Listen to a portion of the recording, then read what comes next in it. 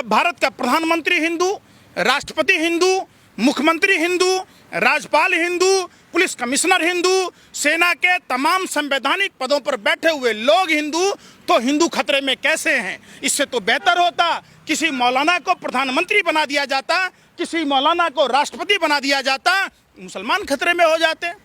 आप जब देखिएगा, अभी लुलु मॉल में देखा है, नवाजी कौन थे? हिंदू थे। जानबूझकर बेमनस्ता फैलाने की कोशिश करते।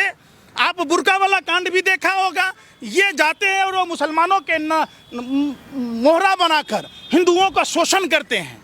जिस तरीके से मछली जब आप खेलने जाते हैं बंसी, तब मछली को चारा डाला जाता है, ऐसे ही मुसलमान के नाम पर हिंदुओं को मौत के मुंह में ढकेलने का काम भाजपा आरएसएस के लोग करते हैं। आप बता दीजिए, मथुरा नगर निगम की है, कूड़े की गाड़ी में मोदी जी और योगी जी की फोटो वो लेके जा रहा था, उसको नौकरी से बर्खास्त कर दिया गया। वहीं हमारे प्रभु श्री राम प्रजा के कहने से अपनी गर्भवती पत्नी का परित्याग कर दिया। चाहते तो उस प्रजा को सजा दे सकते थे। लेकिन तमाम हिंदू तो आपसे भी पूछते हैं, कमेंट में आप कभी पढ़िएगा, आपसे पूछते हैं आप हिंदू है कि नहीं है। अच्छा, हाँ। हो गया? और कुछ पूछोगे? नहीं, बताइए, आप बताइए क्या कहें। आपने रामायण देखी होगी। रामायण में भगवा वस्त्र रावण ने पहन लिया तो वो साधु नहीं हुआ, कालनेमी राक्षस। भगवा पहन लिया तो वो राक्षस ही कहलाया। उसी तरीके से भाजपा आरएसएस के लोगों ने भगवा वस्त्र का दुरुपयोग किया है, देश लूटने में, मानवीय संवेदनाओं को तार तार करने में। आपको एक घटना बताता हूं, मथुरा नगर निगम की है, कूड़े की गाड़ी में मोदी जी और योगी जी की फोटो वो लेके जा रहा था, उसको नौकरी से बर्खास्त कर दिया गया। वहीं हमारे प्रभु श्री राम प्रजा के कहने से अपनी गर्भवती पत्नी का परित्याग कर दिया। चाहते तो उस प्रजा को सजा दे सकते थे, चाहते तो उस प्रजा को फांसी के फंदे पर लटकाया जा सकता था, लेकिन नहीं, उन्होंने राजा के धर्म का निर्वाह किया। यह है हिंदू धर्म। आप हिंदू धर्म की बात की, जब आप कोरोना काल में देखा होगा, प्रधानमंत्री जी ने ताली थाली बजवाए। वहीं प्रभु श्री राम के भाई लक्ष्मण जी जब मूर्छित हुए तो उन्होंने संजीवनी बूटी मंगाई, सुसैन वैद्य को बुलाया। यह है हिंदू धर्म। हिंदू धर्म पीपल का पेड़ कैसे जिंदा होगा, जो ऑक्सीजन देता है, इसके लिए पूजने की परंपरा है। हिंदू धर्म मछलियों को दाना डालने इसलिए डाला जाता है कि जल के जीव जिंदा रहेंगे, वायुमंडल के जीव कैसे जिंदा होंगे, इसके लिए पक्षियों को खिलाने की व्यवस्था है। गाय जो दूध दे, अमृत जैसी दूध देती है, उसको पूजने की परंपरा है। यहाँ तक कि कुत्तों के भी पूजने की परंपरा है। वो है हिंदू धर्म। हिंदू धर्म नफरत की बात नहीं कहता, हिंदू धर्म हिंसा की बात नहीं कहता, हिंदू धर्म बेईमानी चोरी की बात नहीं कहता, हिंदू धर्म मुल्क बेच लेने की बात नहीं कहता। ये लोग हिंदू धर्म के नाम पर एक बात बताइए, जब भारत का प्रधानमंत्री हिंदू, राष्ट्रपति हिंदू, मुख्यमंत्री हिंदू, राज्यपाल हिंदू, पुलिस कमिश्नर हिंदू, सेना के तमाम संवैधानिक पदों पर बैठे हुए लोग हिंदू, तो हिंदू खतरे में कैसे हैं? इससे तो बेहतर होता किसी मौलाना को प्रधानमंत्री बना दिया जाता, किसी मौलाना को राष्ट्रपति बना दिया जाता, मुसलमान खतरे में हो जाते। तो क्या लगता है हिंदू कार्ड खेला जा रहा है? बिल्कुल, हिंदुओं को मौत के मुंह में भाजपा आरएसएस के लोगों ने शुरू से ढकेला है। आप जब देखिएगा, अभी लुलु मॉल में देखा है, नवाजी कौन थे? हिंदू थे। जानबूझकर बेमनस्ता फैलाने की कोशिश करते। आप बुर्का वाला कांड भी देखा होगा। ये जाते हैं और वो मुसलमानों के मोहरा बनाकर हिंदुओं का शोषण करते हैं।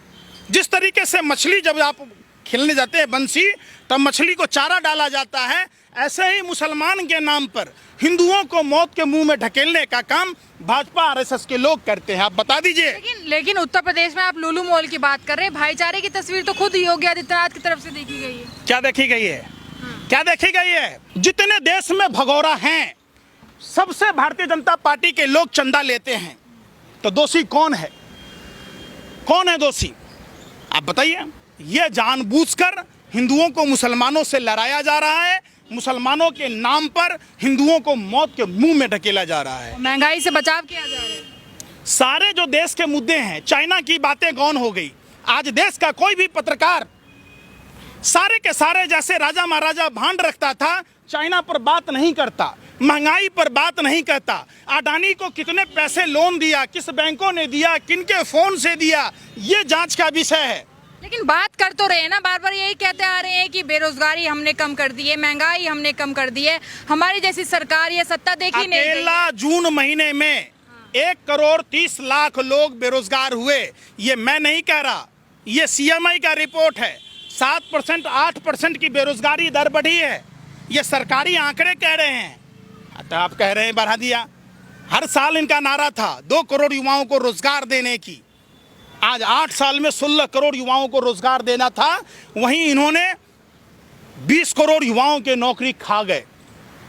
लोग भुखमरी के कगार पर है, वो बात नहीं देखी जा रही। लेकिन यूरोप बनाने की बात की जा रही है।